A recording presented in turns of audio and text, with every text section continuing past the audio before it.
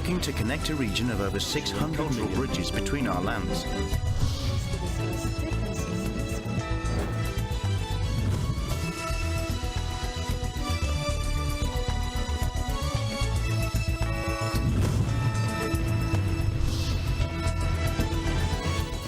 Good evening, I'm Alma Angeles, and you're watching ASEAN in Focus on today's program. The U.S. military is set to commence the construction of over a dozen projects of 4 Philippine sites, including bases that will be utilized under an expanded defense agreement. In anticipation of the approaching Super Typhoon Mawar, the Office of Civil Defense has heightened its preparedness measures and issued a reminder to government rescue teams. In Guam, Gary Odan of Jigo Village took Eagle News around his property and neighborhood to show the devastating effects that Super Typhoon Mawar left behind earlier this week. And China is bracing for a potential surge in COVID-19 infections, with projections indicating up to 65 million cases per week by the end of June.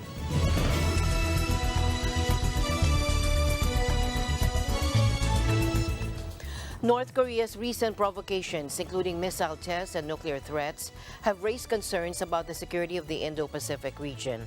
North Korean provocations and tensions in the Taiwan Strait, East China Sea, and South China Sea pose significant challenges to the Indo-Pacific security order. At the same time, the U.S. has made significant strides in building a more integrated security architecture over the last year, deepening cooperation with Japan, Australia, the Republic of Korea, and most recently, the Philippines.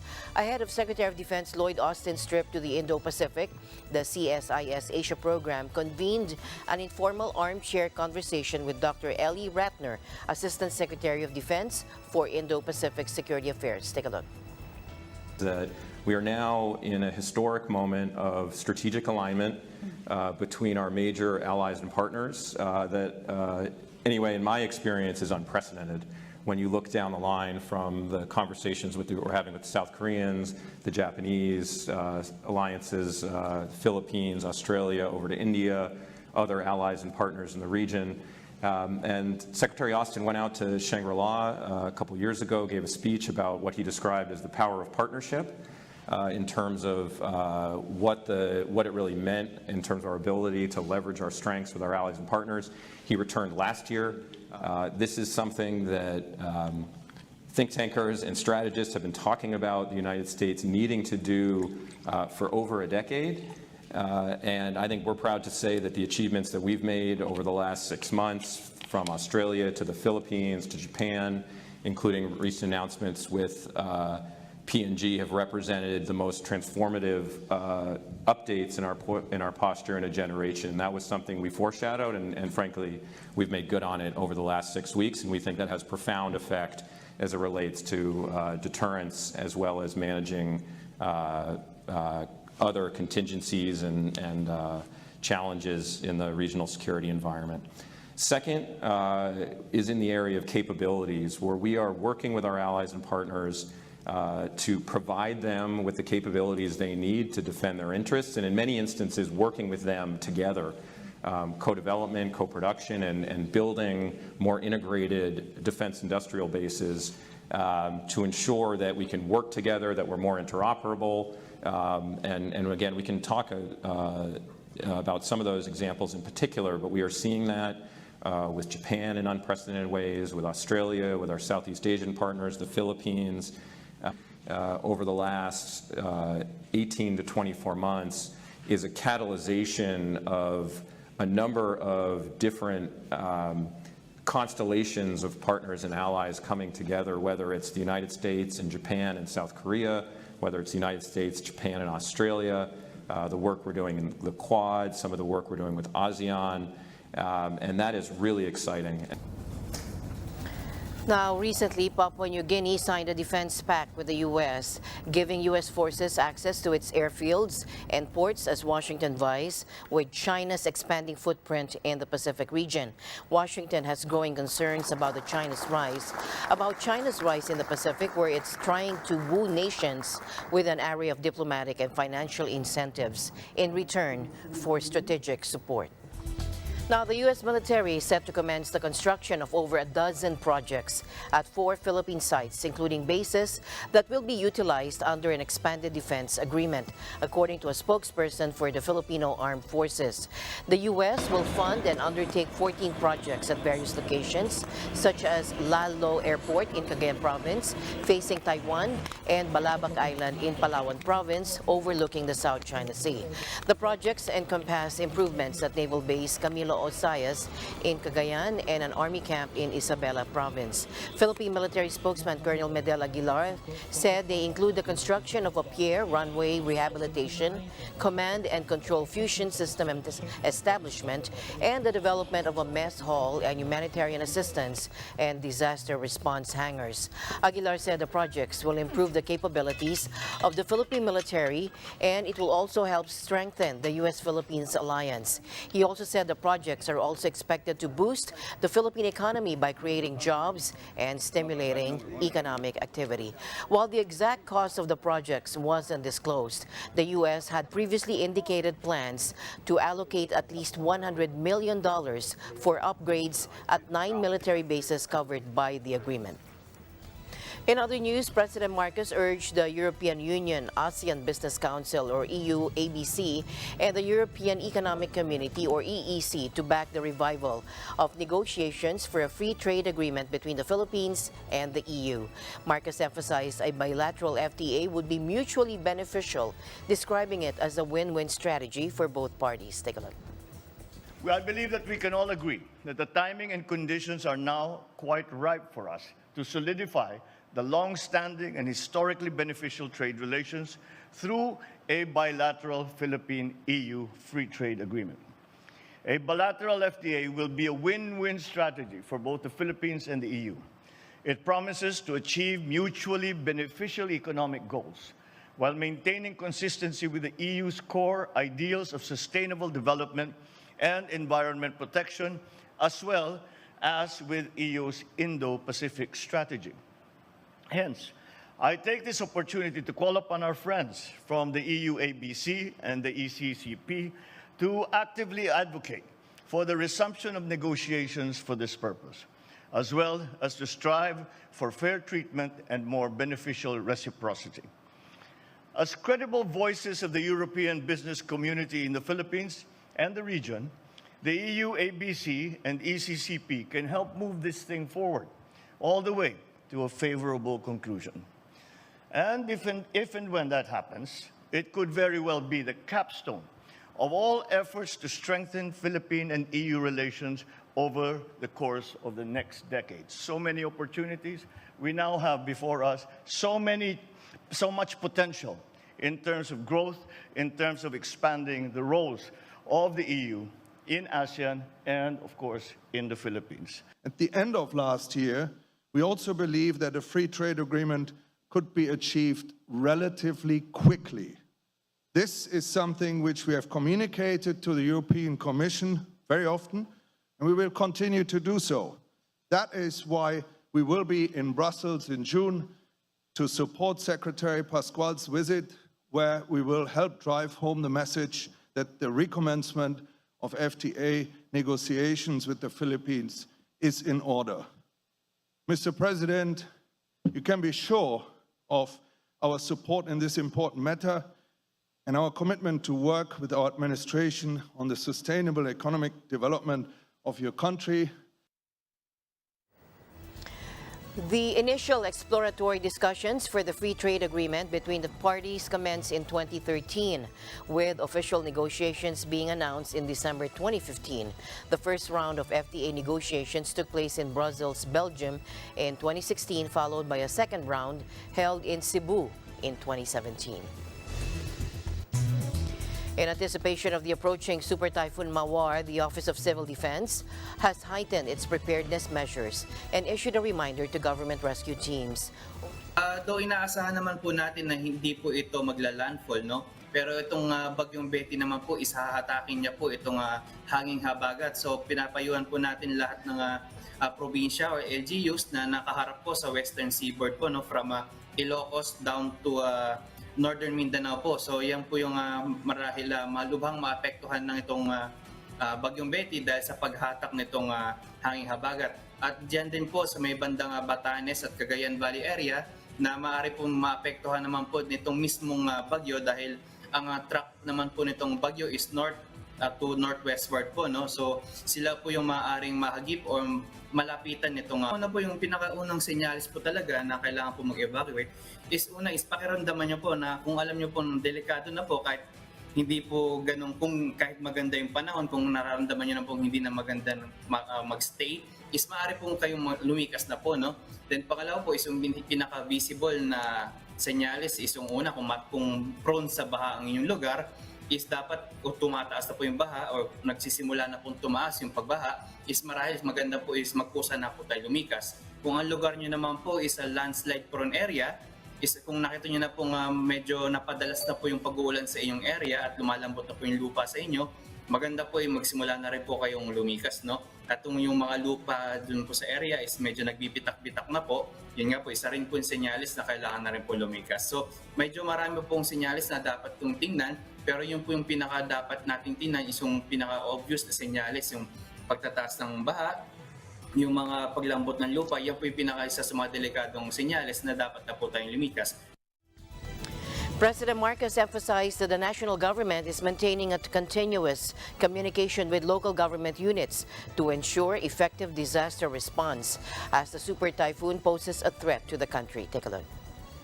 Na aabutan ng bagyo, which is mostly northern Luzon. However, there is a difference dito sa bagyong ito dahil although dadaan lang north of the Philippines, apparently hihilain niya yung habagat para there is a chance na magkakaroon ng malakas na ulan pati hanggang hindi lang southern Luzon, Visayas, pati baka Mindanao pati. Kaya we have already warned the LGUs to prepare in case of heavy rains and flooding.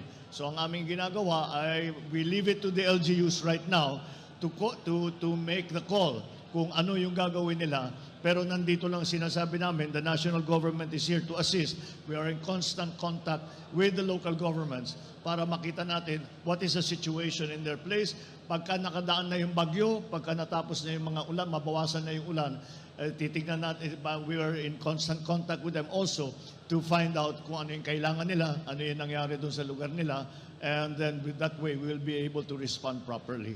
So, it's a little different from the usual situation. Kung saan lang dumadaan yung bagyo, yun lang ang inaalala natin. Pero iba itong nangyari dito kasi malakas yung typhoon so humihila siya ng mga weather pattern pumapasok dito sa Pilipinas. So that's what we're looking out for.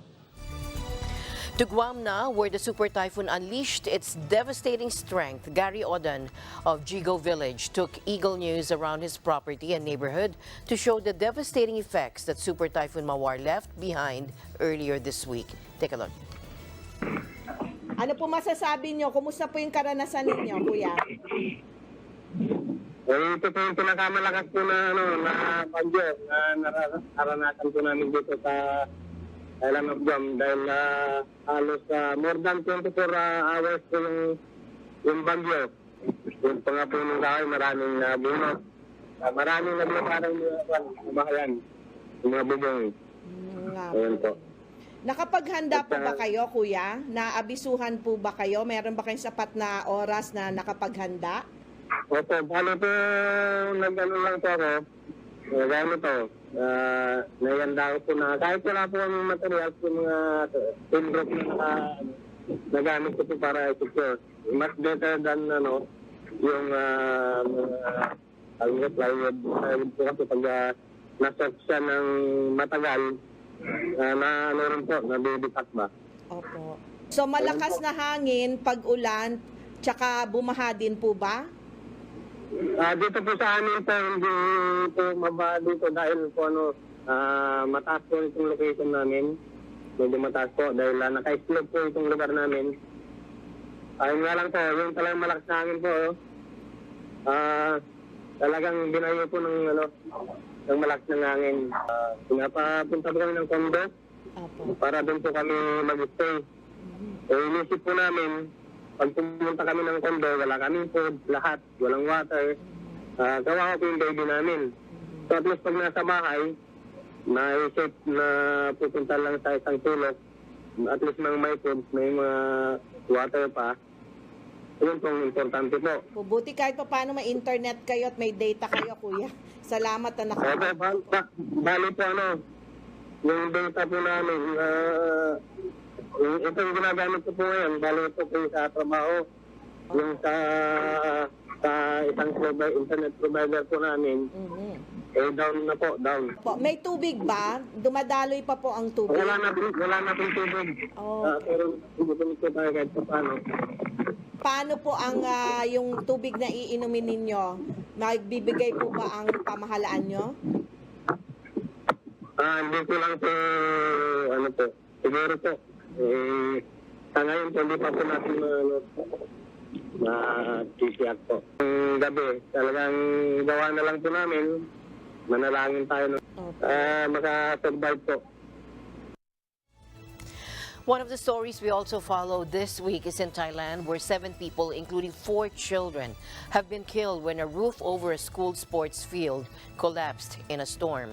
The children, aged between 6 and 13, were playing in the open-sided building at a school in Pitchit province, watched by a number of spectators when heavy rain and high winds struck. Take a look. ดีเลยค่ะเพราะฉะนั้นบ้านเรือนก็จะพังเสียหายหมดเลยประมาณนี้ในอาคารเนี้ยยุบพังทั้งอาคารเลยค่ะเป็นโดมใช่ไหมค่ะเป็นโดมสำหรับเด็กๆมาออกกำลังกายในร่มที่ได้ประเด็นส่วนใหญ่ก็จะมีพันโรงนักเรียนและผู้ปกครองที่มากับเขาด้วยแสดงว่าทั้งหมดมันพริบตาเดียวได้ยินเสียงมาจากนันปองเหมือนในสนามรบเสียงมาหึมช่วงนั้นชั่วประมาณ5 วินาทีถึงตัวเลย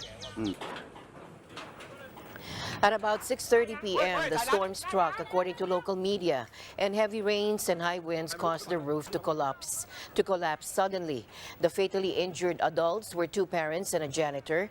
The Provincial Office of Public Relations said, while 18 people were also injured. Schools in Thailand commonly have a sports pitch with an open-sided roof to protect children from the fierce tropical sun while they play. A 6-year-old boy was rushed to hospital but died of his injuries. Now, those injured remain in 2 hospitals where they were receiving treatment.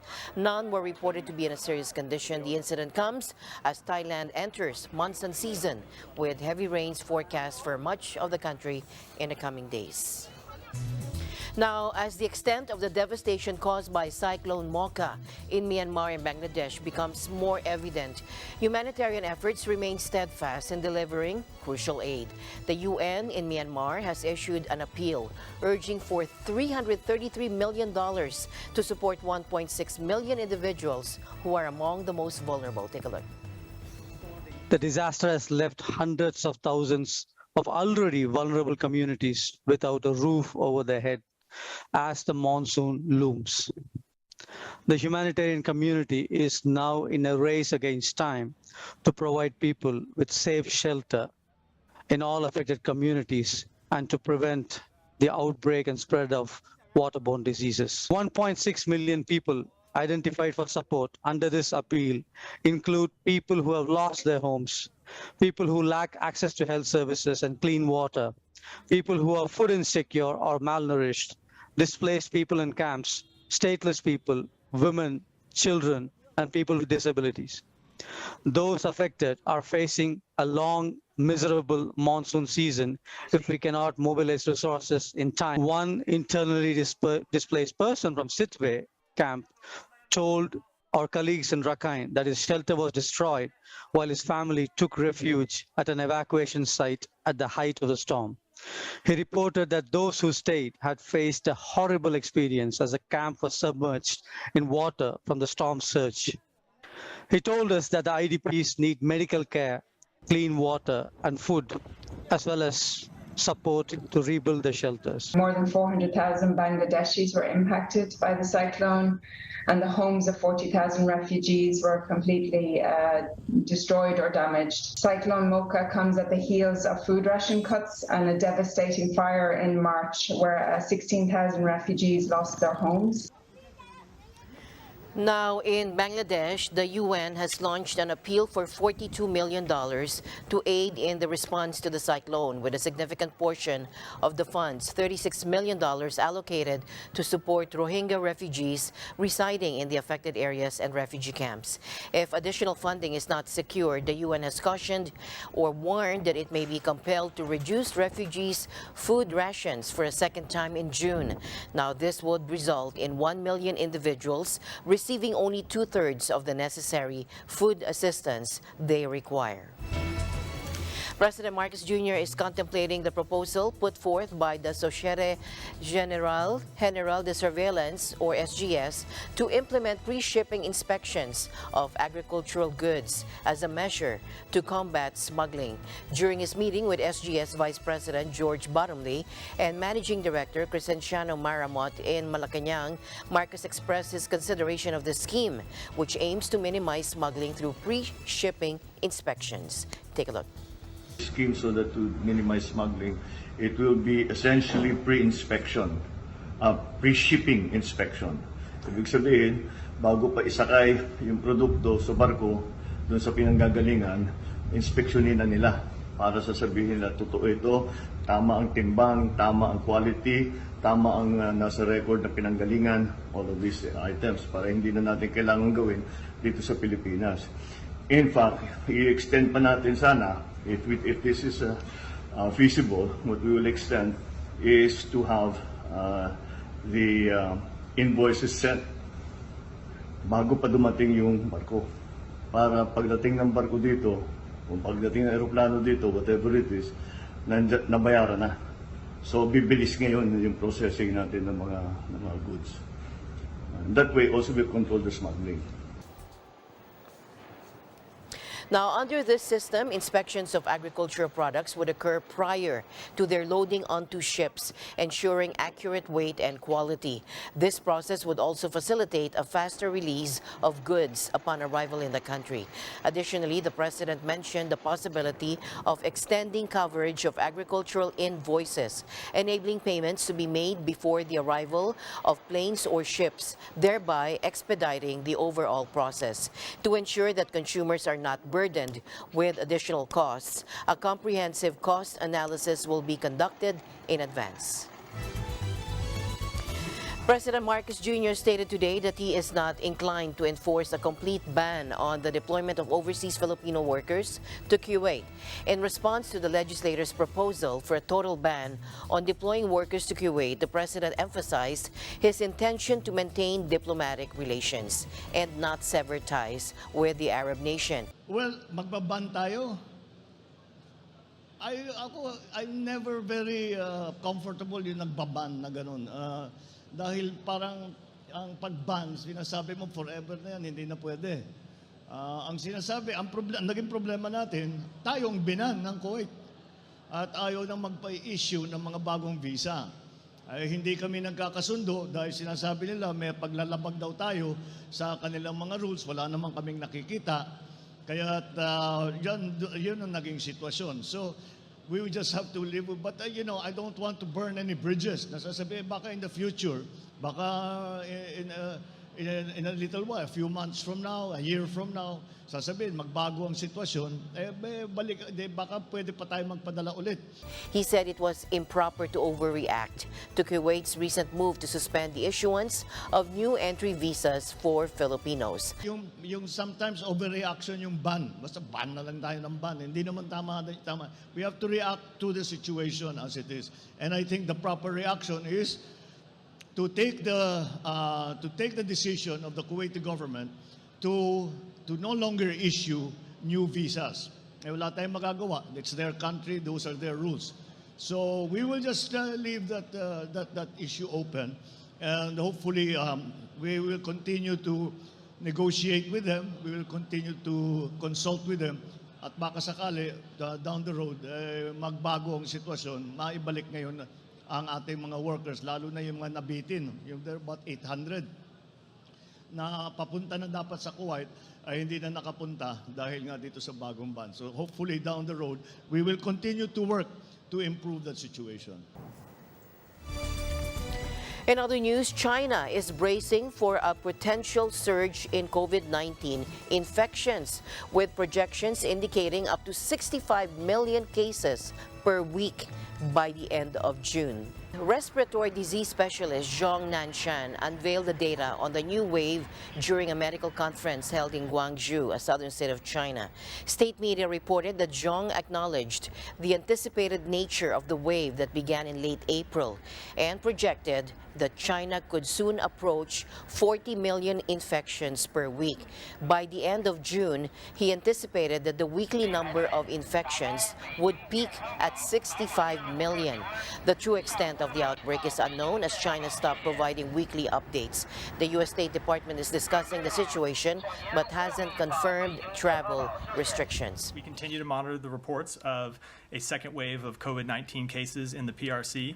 We've been having discussions about them with our allies and partners. We don't want to see people anywhere, obviously, suffering from COVID-19. The U.S. government remains committed to working global health matters and maintaining open lines of communication, and in conjunction with the CDC, who we consult with before updating our travel guidelines, but I don't have any announcements to make at this time. Squinting in the bright light of a hot summer morning, Vu Thi Tin perches on the edge of her small wooden boat and plucks a polystyrene block from the calm waters of Vietnam's Halong Bay. It's not yet 9 a.m., but a mound of styrofoam buoys, plastic bottles, and cans sit beside her. They are the most visible sign of the human impact that have degraded the UNESCO World Heritage Site, famed for its brilliant turquoise waters dotted with towering rainforest-topped limestone islands. Take a look. Vất vả nhiều. Nói chung là gấp bao nhiêu lần mọi ngày thường cơ. Có lúc đến chắc phải đến 2 tháng, hơn 2 tháng ấy chứ. Nhiều rác đấy, làm cũng tương đối vất vả. Thấy là mệt mỏi lắm đấy. Bởi vì hớt cả ngày không có cơ ngơi. It is like the most touristy area, I think, in Vietnam, so everybody goes to there. Yeah, and it makes me sad when I see it because, and it even you talk about. So normally you would talk about, wow, look at the view, look at the fishing villages, and then on the other side you have to talk about the trash. So oh God, look at the bins, look at the plastic bottles and things in the sea, and it makes you. Since the beginning of March, 10,000 cubic meters of rubbish, enough to fill 4 Olympic swimming pools, have been collected from the water, according to the Halong Bay Management World. The trash problem has been particularly acute over the past 2 months. Rapid economic growth, urbanization, and changing lifestyles in communist Vietnam have led to a plastic pollution crisis, according to the World Bank. A report in 2022 estimated 3.1 million tons of plastic waste are generated every year, with at least 10% leaking into the waterways, making Vietnam one of the top 5 plastic polluters of the world's oceans. The volume of leakage could more than double by 2030, the World Bank warns. The 626 Night Market is the original and largest Asia-inspired night market in the U.S., with events in Los Angeles and Orange County. At the scene are Alan and Eva Basalyay. The 626 Night Market is a popular Asian-inspired food and entertainment event that takes place throughout California and Las Vegas. The Santa Monica venue is a condensed and more compact version of the 626 in Arcadia. But what this mini night market lacks in size is more than made up for with convenience. And while the location might be smaller, the variety of food and vendors is by no means lacking. It's kind of nice that something just showed up in Santa Monica. You normally do the normal, like the pier, the boardwalk. You walk around there, and then so now here with the 626 here, It's like, just come here, get some food, you'll be good. What I tried was the yakitori, and that was actually really, really good. The old grandpa was making sure everything was to temperature. I loved it. I got a picture of him and everything. It seems really calm, and everyone's just casually walking around, very friendly. We're talking to people. It'd be easy to hit every spot here, whereas at the OC, a lot of times you hit one or two and that's about it, and there are a lot of places you miss. I got a horchata smoothie from Smoothies, and it's delicious. And I got a crepe from Queen Crepe. It's the Biscoff, and I've never tasted it, but it looks really good. We offer a variety of flavors that people like. So a lot of people like the barbecue and sour cream because it's something they're familiar with, like chips that they like, but then in a different form and more fulfilling. The 626 staff, they do pick the best among the booths. So you do have a smaller selection, but you have an easier time picking what you like. We just like coming here because we have built like, you know, the fan base, like the customer base in a way. So definitely the locals do enjoy it out here. It really warms my heart to know that people love our food and they will actually come back. You know, they enjoy the sauce a lot, which we take pride in since, you know, it's like homemade, you know, like, you know, we make it ourselves. We sell lobster garlic noodles. It's the #1 dish we have. We also have other grilled oyster, fish balls. The perks of going to a mini is free entry. It's not as crowded. And if you like the more intimate events, place to go to take your family, I think the mini is a good option. Ultimately, whether the 626 Night Market Mini Santa Monica is better than its more robust counterparts depends on personal preferences. If you're looking for a smaller, more intimate setting, which still has a diverse selection of food and entertainment options, then a mini night market might be worth trying out. Evelyn Allen, Santa Monica, California, Eagle News. We live in extraordinary times.